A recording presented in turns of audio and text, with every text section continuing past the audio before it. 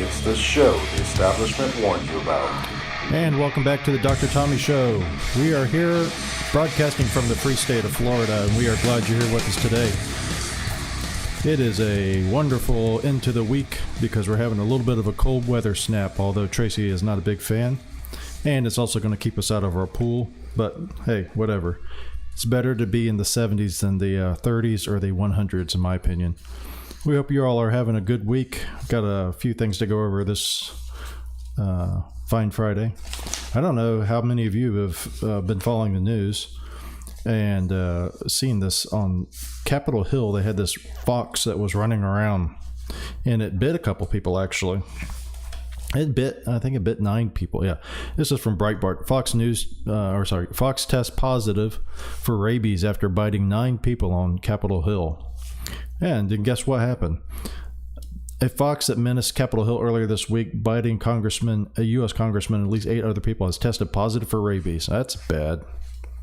That is bad news for you. If you have a fox bite you and you have rabies, you have to go get the rabies prophylaxis or with the immunoglobulin. It's 4 doses of rabies vaccine given over 2 weeks. It provides protection while the vaccine helps your body's immune system. You know, rabies is untreatable. Basically, once you have it, if you don't get treated, it's pretty much you're not going to make it. And so that's something that you should be worried about anytime you get bit by a stray animal. And unfortunately, if you don't have if you don't know what the animal did is as far as rabies, you have to have the shots. That's the best thing to do. Had a patient once that had a raccoon pet, and she got bit by her raccoon pet, and then she said, well, I'm not going to get the rabies vaccine because rabies is not carried by raccoons, but in actuality it is very much so carried by raccoons. It's not carried so much by rodents, interestingly enough. You'd think that rats and stuff would carry that more. Had to look that up recently because a patient got bit by a rat.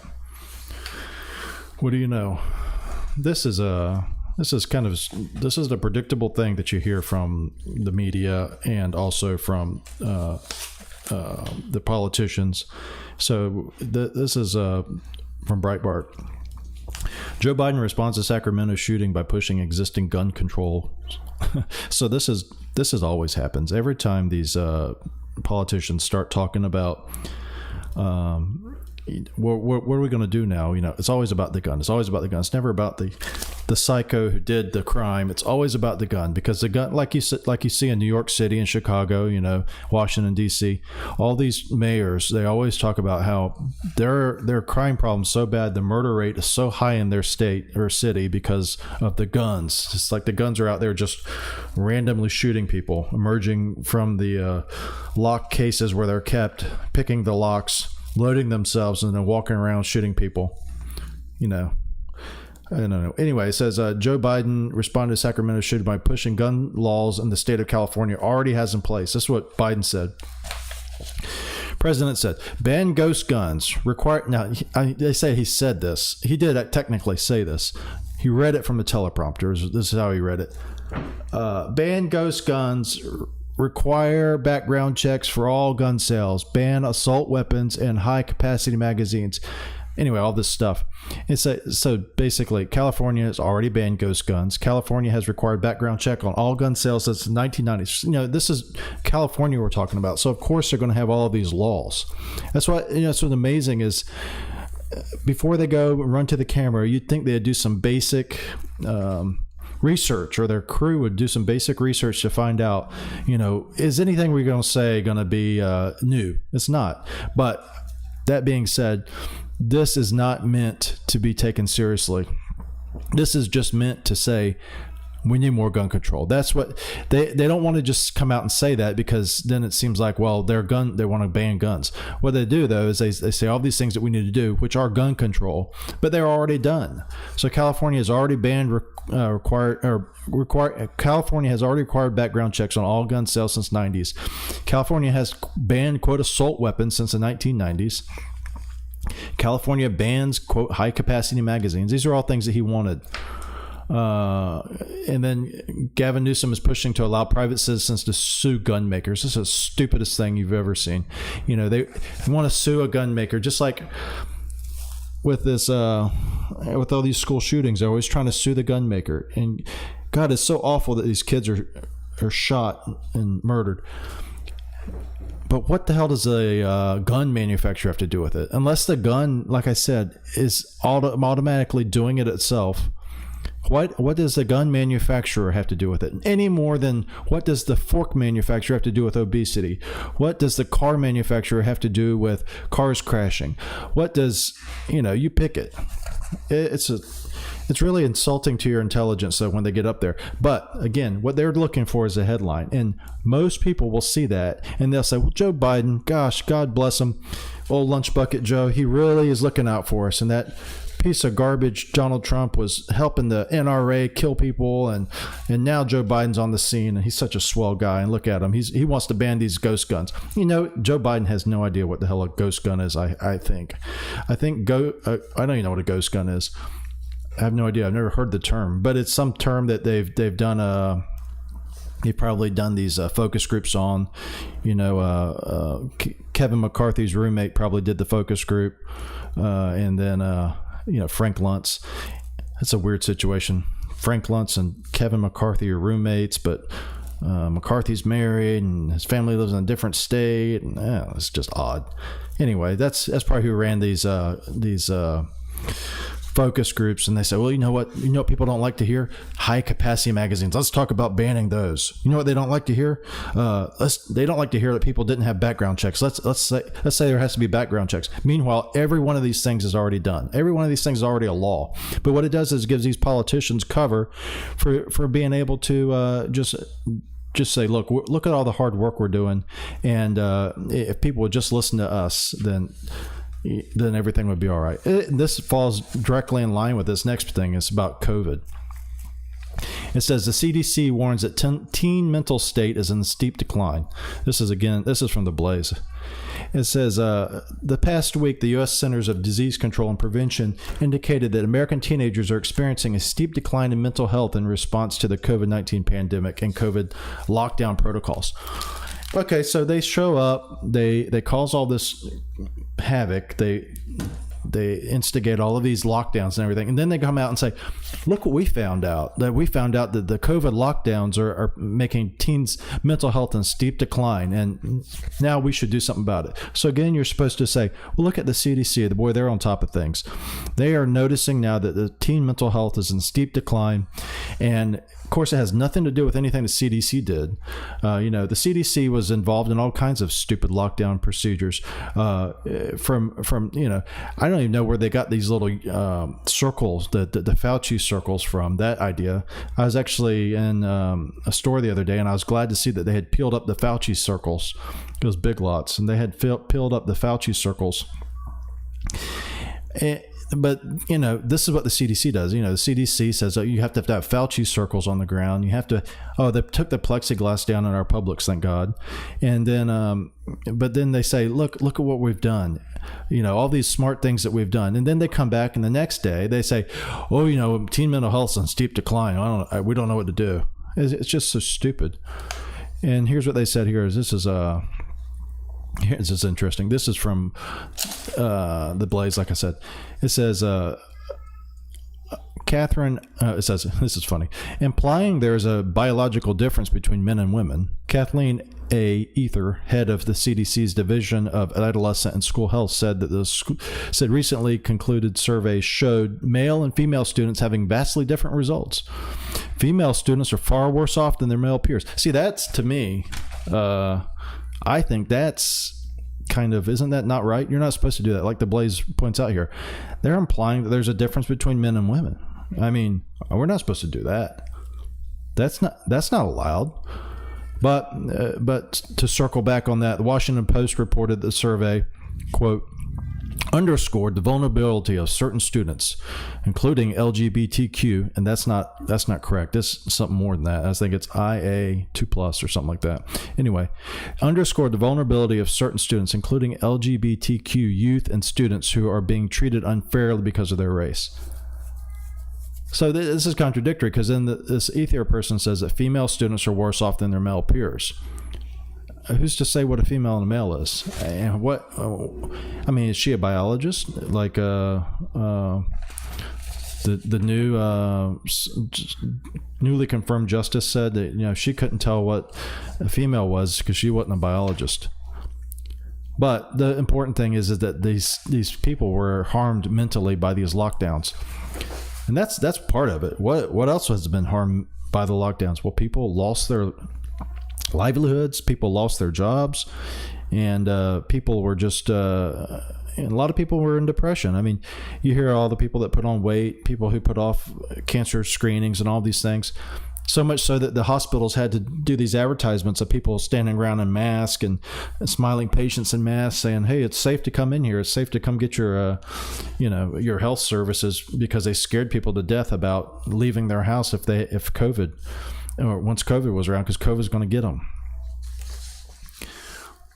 This is Fauci. Here it goes. This is from Breitbart. Fauci says it's unlikely U.S. will see a surge in the coronavirus cases in the fall. Well, that's bad news, because that means that there will,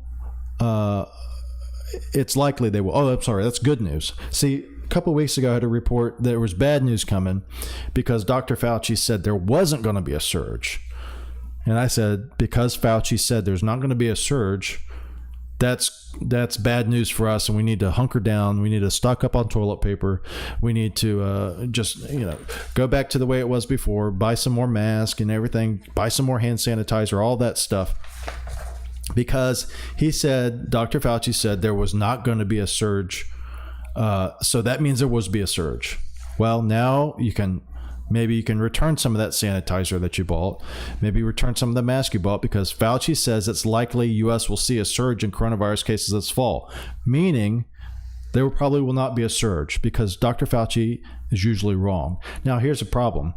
Between now and the fall, Dr. Fauci will probably change this position again several more times. So it's kind of like the groundhog. We don't know until the groundhog gets out of his hole if there's going to be more winter or not. We don't know up until the day that the fall happens. Depending on what Fauci had said the previous week, we don't know whether or not to be scared to death or be happy like normal. Because if he says there's going to be a surge, there won't be a surge. If he says there won't be a surge, then there will be a surge. This is what Dr. Fauci said. I think it's likely they will see a surge in the fall. Again, when we talk about these things, these are uncharted waters for us for this virus. If one talks about the flu or other infections in which you have decades and decades of experience, you can predict with some degree of accuracy what you might see. I would think we're going to expect that we'll see some increase in cases as you get into the colder weather in the fall, which, of course, is common sense. You don't have to be Dr. Fauci 50 years in the government service to know that in the colder weather, there is more virus. And now we've seen that the virus is likely here forever. Thank you, CCP. So the virus is likely here forever. Hopefully it's just going to become another cold virus, because it is from a family of cold viruses, coronaviruses. But it doesn't take a rocket scientist to know that in the colder weather in the fall, you're going to see increasing cases of viruses, including flu, including colds, including this coronavirus, including other coronaviruses. That this Fauci,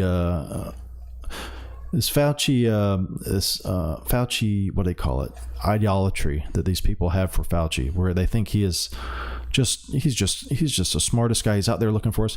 He and the CDC are the ones who've told us all these things throughout the years that sometimes are not true and sometimes are completely false. I just saw we got an email from the Department of Health. So the Department of Health said Florida is now the only state, I believe that's what it said, in the union that is offering monoclonal antibodies that you can get, because the FDA has recently ruled that one of the other monoclonal antibodies which was being used is no longer available. It's outlawed. And the reasoning is because it's not effective. Okay. So it's not because it's killing people. It's not because it's got some toxic metabolite in it that causes your liver to shut down and you have imminent death. It doesn't even cause myocarditis, but it's not effective. So they're saying now that you can't get this monoclonal antibody because it's not effective. Okay, tell me which of the few next people had an effective treatment, or I'm sorry, an effective immunization. Nancy Pelosi, Jen Psaki, any of the number of people that you know who have been double, triple vaccinated, boosted, and everything, who have got coronavirus. These people had a vaccine that is purported to cause immunity, to give you immunity. Of course, it wasn't effective. We all know this, right? So what's the deal with removing this other one off the market now because it's not effective when the vaccine itself is not effective? Now, that will get me banned. Now, that might be it. I might not be on YouTube anymore. If it just shut down, then go to, one of the MP3 places, go to iHeartRadio, go to Spotify or whatever you want to use, Apple Podcast, and then you can use that, or go to Rumble, because what I just said there probably got me. It is completely true, 100% true, but it's not allowed to be said at this point. Now, maybe in the future it'll be allowed to be said, but at this point it's not allowed to be said. But either way, so the vaccines, are not effective at preventing coronavirus. Now, what the caveat is they say now is that, well, the vaccines prevent serious illness. And that's why Nancy Pelosi, who was, triple vaccinated, boosted up to the, that's why she has no symptoms, they say, or very few symptoms because of the vaccine. And that may be true. But the point is the vaccine was made to prevent COVID. It doesn't work, right? It doesn't prevent COVID. Yet it's still allowed. Not only is it allowed, in many places it's still mandated. In many places people have still lost jobs. And but then they take this monoclonal antibody off the shelf because it wasn't effective. But Florida apparently has one that is still on the market. That being said, my prediction is that that's going to be next. That one will be next. There will be no more monoclonal antibodies available because they're not effective. And the reason and I think that's going to be next because Biden basically doesn't like Florida. And why doesn't he like Florida? Is because there is a very successful governor here who has been able to show that a lot of this lockdown nonsense is nonsense. So anyway, there's an interesting thing. I didn't print it out, but there was a guy in Germany, I believe it was, who was selling vaccine passports because people don't want to get the vaccine, but they need the passport so they can, buy a loaf of bread, maybe leave their house. I don't know, go on vacation, maybe buy a ticket to a concert. You have to have these passports, these vaccine passports. People are like, I don't want the vaccine. Vaccine doesn't work. I listened to Dr. Tommy's show. He said it doesn't work. Anyway, so this guy apparently, and this is reassuring for you people out there who've had the vaccine or maybe are worried about it. At least in this case, this guy got, I think I said 90 times he's been vaccinated. And because of that, he was doing that to sell the vaccine cards, and he did that. And the guy's still alive. So that's good news. I don't know how long he's going to be alive. I don't know what his health condition is, but apparently he was alive at the time of the article and at the time they arrested him. So that's good news, like I said, for you people who have had the vaccine or are worried that there might be some. This guy had 90 vaccines. And actually, back to that point, there was a guy before we reported on who was in India, and he liked the vaccine so much that he just kept getting them. He got 9 at that point. I don't know how many he's had now. They probably stopped him when they found out, but I don't know how many. He had 9, and he said it helped his back pain. It helped, it helped his mood, helped him get it says his energy was through the roof. I don't know. His libido is probably better. I don't know. It's pretty amazing. But back to the vaccines, the CDC, most of you probably know this, but the CDC actually has changed what the definition of a vaccine is on their website. This happened, and they didn't say this, but this happened about the time that COVID vaccine was shown not to be effective at preventing COVID. If you look back on the tape, Rachel Walensky, the doctor who runs the CDC, said if you get COVID or the vaccine, you won't get COVID. Joe Biden said so. Dr. Jill may have even said so. I don't know if she did for sure, but Joe Biden said so. If you get the vaccine, you don't have to worry about it getting it. Clearly, it doesn't work, right? Clearly, you can still get it. And in some cases, there's evidence to show, if you read Daniel Horowitz, that it makes you even more likely to get it. But they changed the definition of the COVID, what a vaccine is, from a vaccine was something that imparts immunity, to then they said, well, it's not a vaccine. A vaccine doesn't impart immunity, because this vaccine that we've been pushing all over the place clearly doesn't do that. But what it does do is it helps your immune system. And they say it's a preparation that helps your immune system fight off things. Well, guess what, folks? That's not called a vaccine. That's called a therapeutic. An antibiotic helps my immune system fight things off. You know that? You know, if I take azithromycin, for instance, for a bacterial infection, upper respiratory bacterial infection, if I take azithromycin, it helps my immune system get rid of the bacteria. And the way it does that is it stops the bacteria from reproducing. It's bacteriostatic, right? So the little molecule goes into the ribosome, I believe, and it binds to the ribosome of the bacteria, and then it says you can't do business anymore. You arrest the growth, and then the immune system comes in. They're like providing cover for the immune system, and the immune system comes in and wipes out the bacteria. All right, so am I saying now that Z-Pak's a vaccine? It's a preparation. It helps the immune system respond to infections. Is that a vaccine now? Is that what we're calling vaccines? Always be suspicious of. I think this is the main thing that I hope people have learned, if they hadn't already. And I think there is more people that believe this now. Do not always follow what the conventional wisdom is. Do not always follow what the government tells you for sure. Do not always follow what politicians tell you, and do not always follow what the media says. I'm not saying that, obviously, that you can't listen to them, but I'm saying do not always follow them. I think for a very long time, people have just looked to the CDC as one of those institutions that was apolitical. They were just there to do the Lord's work, give good medical advice and everything.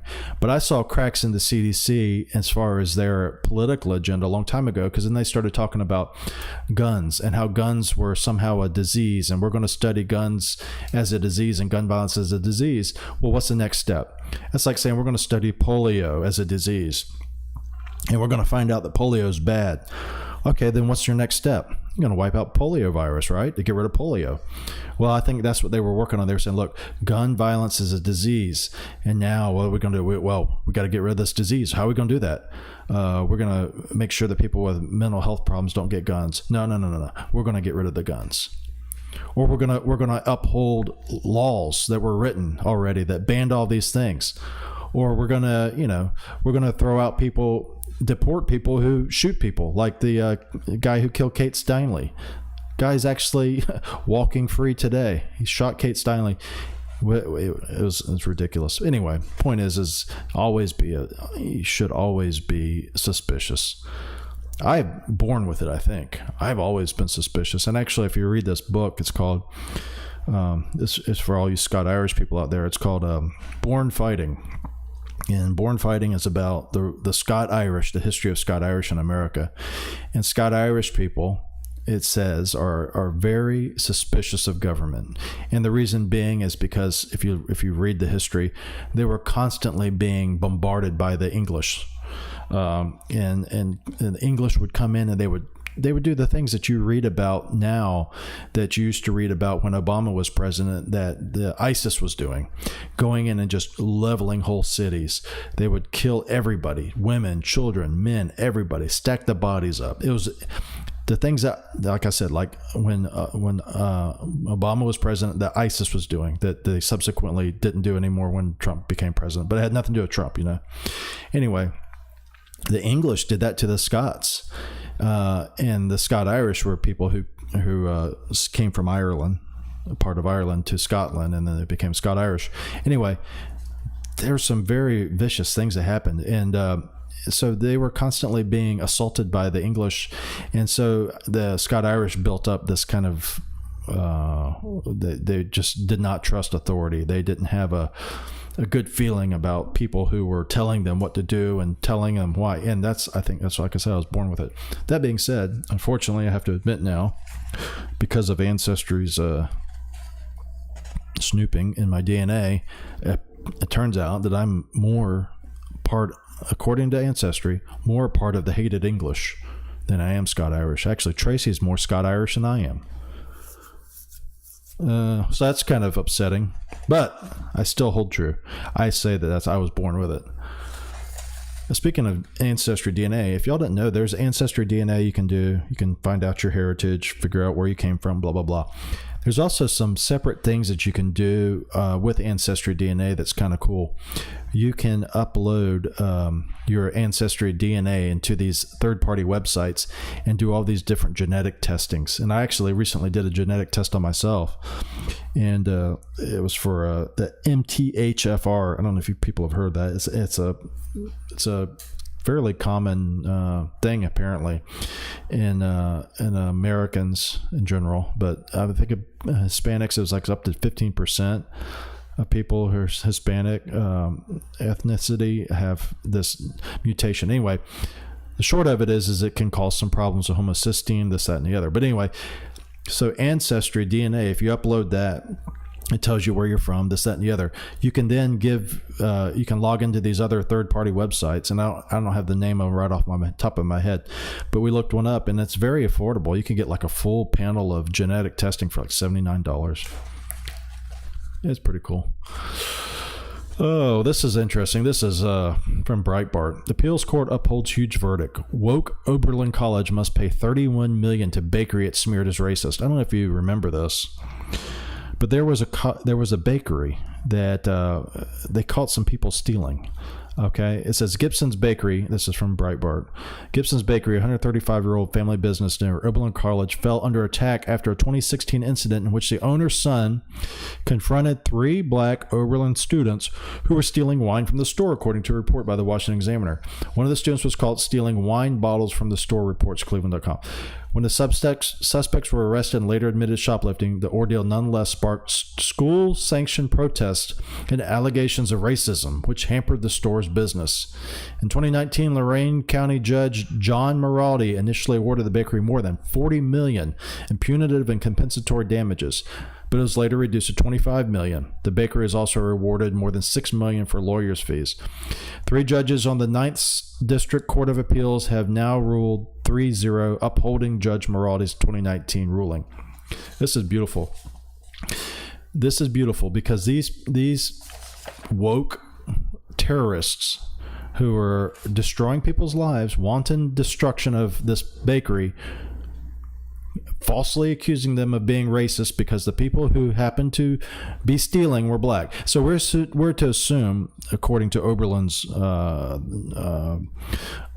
Oberlin's account of things, that the only reason these students were confronted was because of their skin color, right? Because everything, as we know, when you're talking about the left, you must identify skin color first. That is the most. There's no more important feature of a person, according to the left, than their skin color. Possibly their genitalia, or lack thereof, or changing thereof. But mostly skin color, because you can see that. You can see skin color, and that's what, and once you find their skin color, you can assign them different beliefs that you have about them. And by doing so, you're being diverse, you're being equitable, you're being inclusive. You're not, however, being racist, interestingly enough. So when you see their skin color and you say, look, you're that color skin, I'm going to assign to you these certain beliefs that I have about you. And then, like we're taught, we have to be conscious of people's diversity, and because of their skin color, that means they feel a certain way, and we have to be very careful to not offend them based on their skin color, because we know how they're supposed to feel. We're supposed to say things that aren't offensive to them. That is not racist, apparently. Okay, but anyway, so these people, so we're supposed to think that the bakery, if this was, let's say, 3 white Oberlin students who were stealing wine, the baker's son would have just said, yeah, take it, have at it, Or if it, 3 Hispanics, just have at it. Or maybe if it was a mixed package, maybe if there was 1 black student and 2 white students, they would have just attacked the black student, and the white students, they would have said, just take it all. But it's good that these people are held to account. These, like I said, these the left-wing terrorists, really. They terrorize with their ideology. They terrorize people. They run them out of their businesses. And they're going to have to pay now. And I don't know if they're going to pay it ever. A lot of times these things don't ever get paid. This is a $31 million award, is the largest defamation verdict in Ohio history. If they got that, I'm curious to know what Nick Sandmann got from the CNN and wherever else he sued, and they settled with him. I'm curious to know. I have a feeling, though, he's not hurting for money. Speaking of colleges, American Greatness. This is a great website if you ever looked at it, amgreatness.com, American Greatness. It says, ditching college. And it says, it is imperative that we finally recognize, despite all social pressure to the contrary, college is not for everyone. While much of the media has descended into pearl clutch mode over the recent college exit, a reset has been long overdue. So it says, the Clearinghouse reports that women make, It says, for students who graduated high school in 2020, college enrollment was down 21% compared to the prior year. So then it goes, while the media has descended into pearl clutch mode over the recent college exit, a reset has long been overdue. That's right. There's so many people. I was out there the other day working on my lawnmower. I didn't want to work on my lawnmower, but I know if I try to get my lawnmower fixed, it's going to take 6 weeks, because that's what it took last time. And I don't have 6 weeks to wait. I mean, my lawn would be too big by then, obviously. And I'm not going to push mow it. It's an acre. And Tracy's not going to either. And we don't have a lawn man. So, it falls to me to fix this lawnmower. So I had to fix the lawnmower. And I was fixing this thing. And I had to take apart a bunch of stuff. And then I had to pull the rod out, the steering rod, and put the rod back in. I had to crawl in. Anyway, I said to Tracy, I wish that some of these college students would have went to school to learn how to fix a lawnmower, because that's actually necessary. And I have respect for people that can do things like that and do it for a reasonable amount of money, just like everybody. A lot of people, like these people at Oberlin College, will look down their nose at people who know how to fix a lawnmower. I think those are very valuable people, because when the end of times happen, guess what? Those are the type of people who are going to be important. If you have a master's degree in diversity studies and communications at Oberlin College, and bad things happen, if this Ukraine crisis turns into a famine, worldwide, guess what? Those people are not going to be very worthwhile. But the people who know how to fix things, they are going to be worthwhile. Anyway, back to that. It says that, in fact, the push for universal enrollment is relatively new. In 1960, just 7.7% of adult Americans held college degrees. But 60 years later, the number jumped to 35%. Writing on the subject in 2017, the late Walter Williams reported that, quote, 1 in 3 college graduates have a job historically performed by those with a high school diploma or equivalent. Williams, citing Ohio University economics professor Richard Vedder, goes on to say the United States was home to, quote, 115,000 janitors, 16,000 parking lot attendants, 83,000 bartenders, AOC, and about 35,000 taxi drivers with bachelor degrees in 2012. That was AOC, actually. So the thing is that this college students are not getting their they're not getting a worthwhile education in most cases. A lot of them are getting educated in the things that they don't ever use, and they would be better served to pursue training in something that they liked and that was remunerative and that did not put them in debt. But this article is very important, because this is one of the things that you see this micro. Governor DeSantis is another one who've been saying, look, we need more apprenticeship programs. And actually Donald Trump did this before he was when he was in office and before the COVID election happened. He was talking about this, the need for apprenticeship programs for blue collar workers. If I had the time, I would like to learn how to weld. And you can go and learn how to weld. You can go to a technical college and learn how to weld. That is such a great thing that you could have. It's such a great skill to weld. Like I said, when and if this things happen that are Ukraine, no wheat, no fertilizer, China, EMP attack. If we're shut down, if we're like the Walking Dead, looking society, after that, people who can weld are going to be important. People who can fix lawnmowers are going to be important. People who can go on TV and smear other people as racist because they stop somebody, they're not going to be important. And actually, if that does happen, then you're going to see quickly how unimportant a lot of college education is. Not to say that I don't think anybody should go to college. Obviously, that's not true. I went to 8 years of it. But if more people were told honestly what their job outcomes or prospects were based on their degrees, and if the U.S. government did not subsidize college the way it does, you would have a lot fewer people in college, and those people would also be in more productive parts of the economy. They would have less debt, they would be happier, and they would also be serving their fellow man better, like fixing my lawnmower.